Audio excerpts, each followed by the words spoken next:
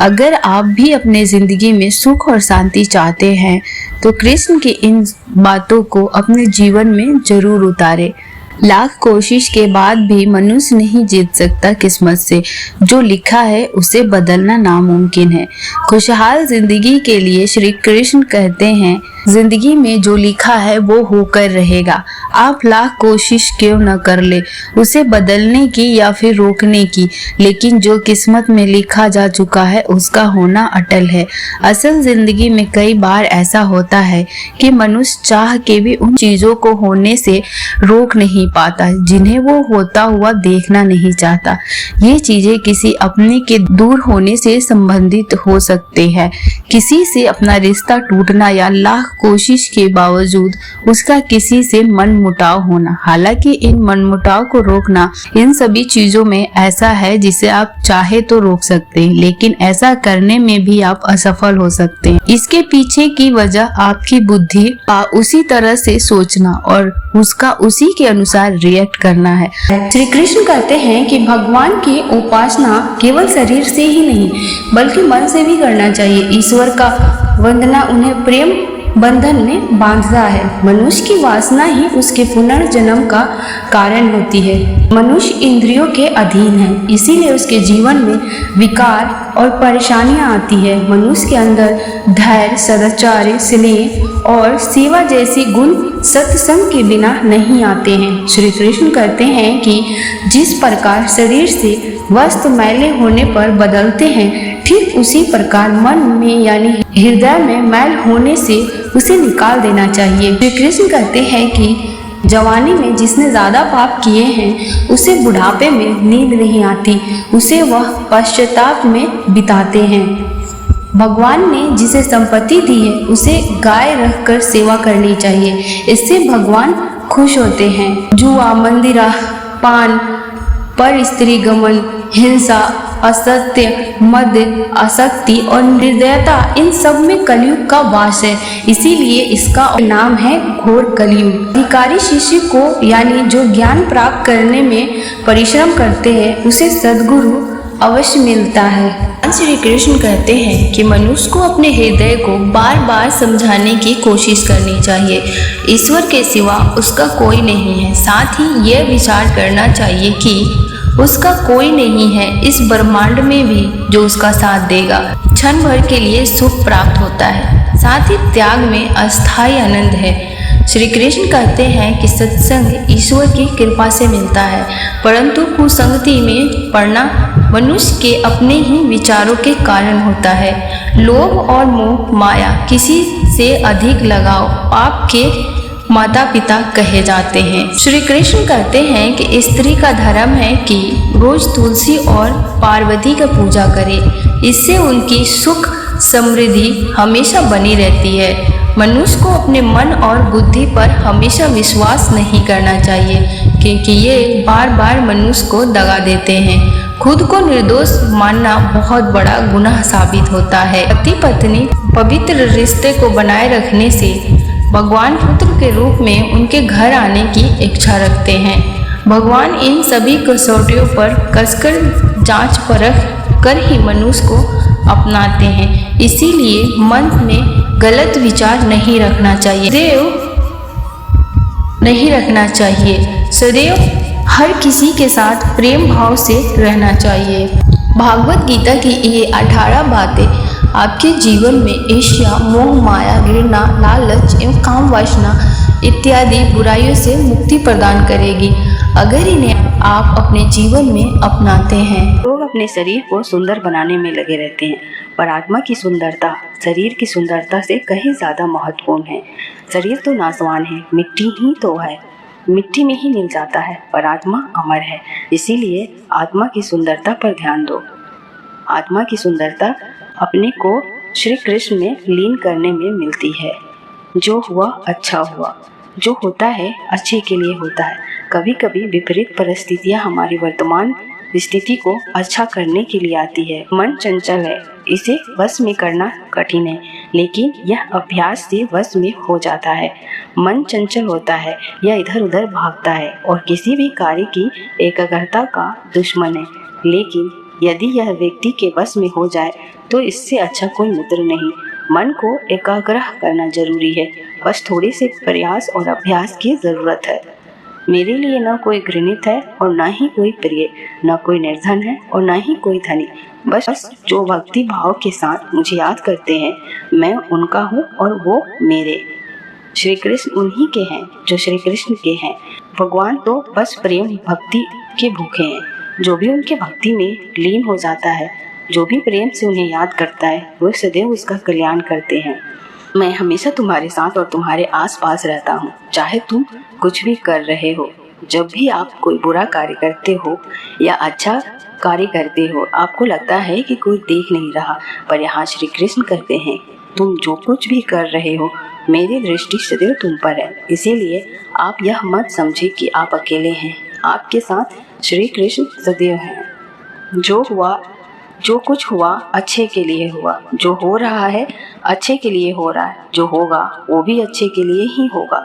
जो कुछ हुआ है अच्छे के लिए हुआ, जो हो रहा है अच्छे के लिए हो रहा है, जो होगा वो भी अच्छे के लिए होगा। तो सकारात्मक रहे और अपना कर्म करे। आप वही हैं जिसमें आप विश्वास करते हैं। आप वह बन जाते हैं जो आप मानते हैं कि आप बन सकते हैं। हमारी सफलता और असफलता इस बात पर निर्भर करती है कि हम खुद पर कितना विश्वास करते हैं। व्यक्ति जो चाहे बन सकता है, यदि पूरे विश्वास के साथ अपने लक्ष्य पर लगातार चलता रहे। जिस इंसान के चारों तरफ नकारात्मक लोग रहते हैं, उस इंसान का मंजिल से भटक जाना तय है। कहते हैं मन के हारे हार है और मन के जीते जीत। जिस प्रकार सकारात्मक विचारों से सफलता मिलती है, उसी प्रकार नकारात्मक विचार असफलता के मार्ग की ओर अग्रसर करती है। क्योंकि जैसा हम सोचते हैं वैसा ही हम बन जाते हैं। अपने विचारों के माध्यम से ही हमें नकारात्मक और सकारात्मक परिणाम मिलते हैं। अपने अनिवार्य कर्तव्य का पालन करें, क्योंकि क्रिया वास्तव में निष्क्रियता से बेहतर है। मनुष्य एक ऐसा प्राणी है जो कर्म करता है, इसीलिए कर्म करना प्रत्येक व्यक्ति का धर्म होता है। कर्म करने वाला व्यक्ति ही कर्मवीर कहलाता है। इसीलिए कार्य करते रहना खाली बैठे रहने से हमेशा बेहतर होता है। समय हमेशा चलता रहता है, कभी रुकता नहीं। यदि आज बुरा समय है तो कल अच्छा होगा। इसीलिए आप बिना किसी स्वार्थ के सिर्फ कर्म कीजिए, समय खुद देगा। न तो समय रुकता है, न ही एक साथ रहता है। बुरा समय हो या अच्छा समय, बदलता जरूर है। आज बुरा है तो कल अच्छा तो फिर बुरा समय जरूर आएगा। सुख के साथ दुख और दुख के साथ सुख आते जाते रहते हैं। इसीलिए इस पर हमारा बस नहीं है, लेकिन कर्म पर हमारा बस जरूर है। आप सिर्फ कर्म करिए, फल की चिंता किए बगैर। समय आने पर फल जरूर मिलेगा। जो अहंकार से मोहित हो जाता है, वो सोचता है मैं करता हूँ। जो अज्ञानी व्यक्ति होता है, वो यह गलतफहमी पाल लेता है कि मैं करता हूँ, सभी कार्य मेरे द्वारा किए जा रहे हैं। ऐसा जान उसमें अहंकार घर कर लेता है। परंतु इस सृष्टि में जो भी हो रहा है, वो तो प्राकृतिक द्वारा किए जा रहे हैं। अज्ञानता के कारण व्यक्ति में जो अहंकार जन्म ले लेता है, तो उसका पतन होना निश्चित है। मैं किसी का भाग्य निर्माण नहीं करता, हर व्यक्ति अपना भाग्य स्वयं बनाता है। श्री कृष्ण कहते हैं कि वो किसी के भी भाग्य के निर्माता नहीं है, व्यक्ति खुद ही अपना भाग्य लिखता है। आप जैसा बीज बोओगे, आप वैसा ही फसल ही काटोगे। आप जैसा कर्म करोगे, आपको वैसा ही परिणाम मिलेगा। यदि विद्यार्थी लगातार पढ़ाई करेंगे तो परीक्षा में सफल होंगे। इसीलिए हर व्यक्ति का भाग्य तभी बदलेगा जब वो ऐसे कर्म करेंगे। श्री कृष्ण कहते हैं, गुरु तो उपदेश दे देंगे, जिस मार्ग का ज्ञान नहीं है उसका ज्ञान करा देंगे, पूरा प्रकाश दे देंगे, पूरी बात बता देंगे, पर मार्ग पर तो स्वयं शिष्य को ही चलना होगा। अपना कल्याण तो शिष्य को स्वयं करना होगा। व्यक्ति तब बड़े दुखी होते हैं जब वो अपने पराये में भेद करते हैं और चीज़ों तथा लोगों को निजी और पराये में विभक्त कर लेते हैं। हमारे सामने जन्म मरण लाभ हानि आदि के रूप में जो भी परिस्थितियाँ आती है, वो अपने किए हुए कर्मों का ही फल होता है। परिस्थिति चाहे अनुकूल आए या प्रतिकूल, उनका आरंभ और अंत होता ही है। ऐसी अस्थायी परिस्थिति के लिए खुश होना या दुखी होना केवल मूर्खता है। अर्थात हमें हर स्थिति में तटस्थ रहना चाहिए। शरीर नाशवान है और इसमें रहने वाला आत्मा शाश्वत है, इसलिए नाशवान शरीर के लिए शोक करना व्यर्थ है, क्योंकि वह तो अवश्य भावी है। विचार से कर्तव्य का बोध होता है और चिंता से विचार नष्ट होता है। शरीर एक क्षण भी हमारे साथ नहीं रहता और परमात्मा निरंतर हमारे साथ रहते हैं। इसीलिए शरीर को अपना मानना और परमात्मा को अपना न मानना सबसे बड़ी भूल है। अनेक युग बदल जाएं तो भी आत्मा नहीं बदलती, वह ज्यों का त्यों ही रहती है, क्योंकि वह परमात्मा का अंश है। परंतु शरीर बदलता ही रहता है, क्षण मात्र भी वह नहीं रहता। शरीर जन्म से पहले भी नहीं था, मरने के बाद भी नहीं रहेगा तथा वर्तमान में भी प्रति क्षण मर रहा है। अतः इस शरीर का मोह नहीं करना चाहिए। जिसको हम चाहते हैं ऐसी अनुकूल वस्तु, व्यक्ति, घटना, देश, काल आदि के मिलने से सुख होता है, और जिसको हम नहीं चाहते ऐसी प्रतिकूल वस्तु, व्यक्ति, परिस्थिति आदि के मिलने से दुख होता है। सर्दी पड़ने से वृक्ष सूख जाता है और ज़्यादा गर्मी से भी वृक्ष सूख जाता है। अतः परिणाम में सर्दी और गर्मी दोनों एक ही हैं। इसी तरह अनुकूल और प्रतिकूल भी एक ही हैं। भगवान इनसे ऊंचा उठने की सलाह देते हैं। जो व्यक्ति धीर होता है वह दुख सुख में भी एक समान रहता है। भगवान कहते हैं ऐसा व्यक्ति अमरता पाने के योग हो जाता है। शास्त्र और संत किसी को बाध्य नहीं करते कि तुम मुझ में श्रद्धा करो। अपने कर्तव्य का पालन करने में जो सुख है वह सुख सांसारिक भोगों को भोगने में नहीं है। सांसारिक भोगों का सुख तो पशु पक्षियों को भी होता है। अतः जिन्हें कर्तव्य पालन का अवसर मिलता है वह बड़े भाग्यशाली होते हैं। थोड़े से थोड़े त्याग भी सत है और बड़ी सी बड़ी क्रिया भी असत है। क्रिया का तो अंत होता है पर त्याग अनंत होता है।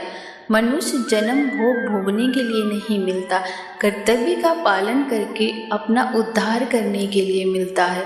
कर्म योगी और कर्तव्य कर्म द्वारा संसार की सेवा करता है। वह दूसरों के सुख में सुखी और दूसरों के दुख में दुखी होता है।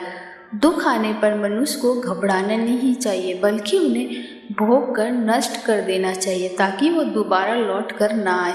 कर्म का फल अवश्य मिलता है, उसका त्याग कोई नहीं कर सकता।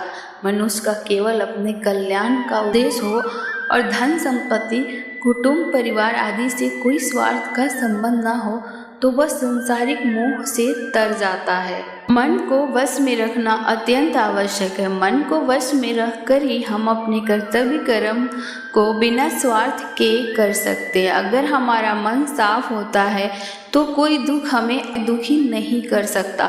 मन को खीनता से बचाने के लिए आवश्यक है संसार की प्रिय से प्रिय वस्तु मिलने पर खुश न हो और अप्रिय से अप्रिय वस्तु मिलने पर भी विचलित न हो। इस प्रकार हम देखते हैं कि इस अध्याय में कर्तव्य का महत्व बताया गया है। कहा गया है कि जो व्यक्ति अपने कर्तव्य का पालन नहीं करता उसे शांति नहीं मिल सकती।